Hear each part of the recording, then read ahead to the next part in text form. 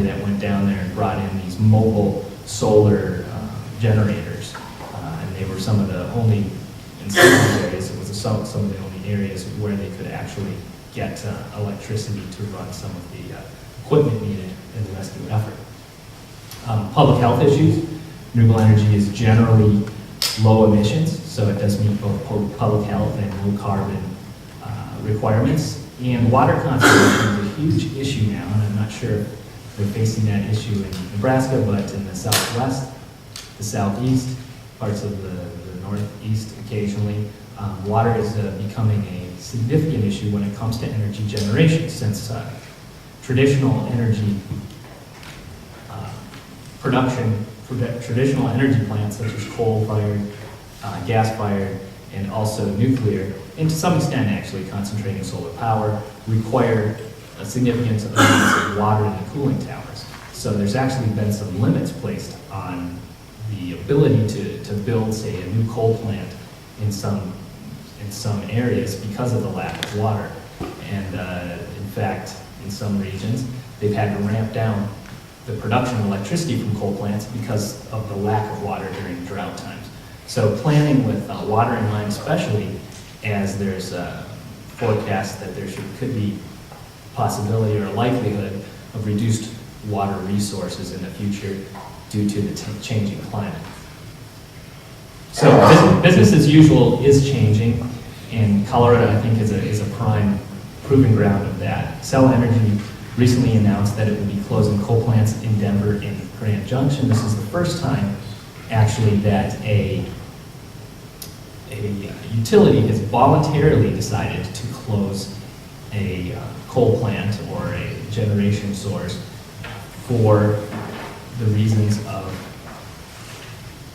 emissions. So mainly it's due to carbon emissions, but it's also due to the desire that Xcel Energy has to increase their portfolio of renewable energy. So the Colorado, in the stead of these two carbon intensive plants, these coal producing, they were also older coal fired, pulverized coal fired plants. The Colorado PUC has approved Xcel's request to build a 200 megawatt concentrated solar power plant and 850 megawatts of wind.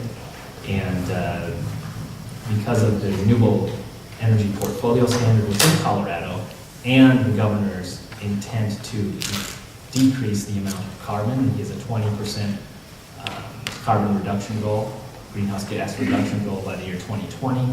And Xcel is also looking forward to the time when there's likely to be some carbon capture trade and a price put on carbon emissions. So they're looking forward to, well, what is the cost of operating these? We can take this opportunity, especially with the fact that there is fairly significant federal funding and also incentives within Colorado to build some new renewable energy plants and benefit from that, and the fact that they're meeting their renewable portfolio standard and also reducing carbon emissions. So I think this is a fairly interesting slide which compares each state's average residential retail price of electricity within that state. So if you look at say the states surrounding Nebraska, Colorado's at around 9 cents per kilowatt hour, Iowa's at about 9 cents as well. Nebraska is nearly 2 cents lower. Other states such as California, 14 cents, Texas, 12 cents, and you go all the way up to Connecticut, which is near 20 cents per kilowatt hour. If you go out to the islands, say Hawaii or the Virgin Islands, you're looking at closer to 30 cents per kilowatt hour.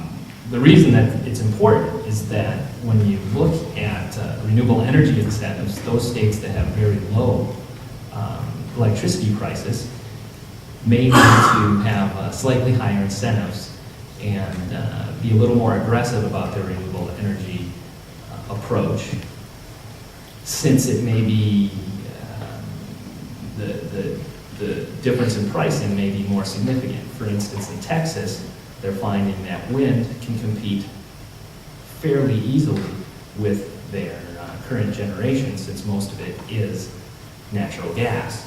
In California, they're finding that adding new renewables is actually just as inexpensive, if not slightly less expensive, than adding gas-fired power plants. So I think it's important to keep in mind those that in context. However, new power plants are expensive.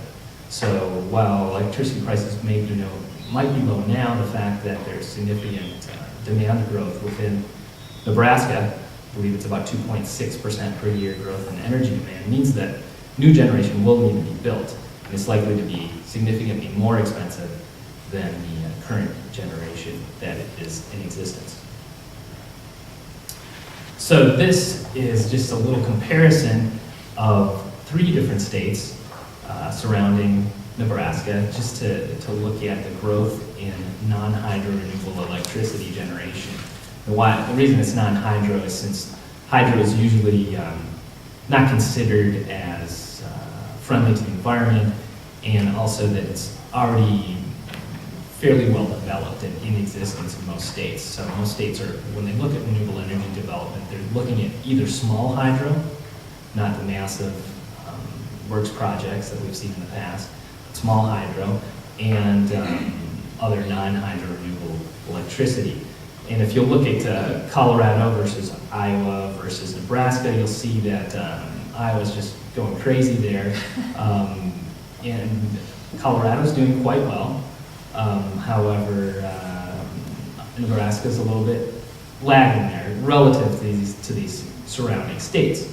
And I think what you can look to for the difference, if you look at the differences, the actually kilowatt hour prices are relatively similar.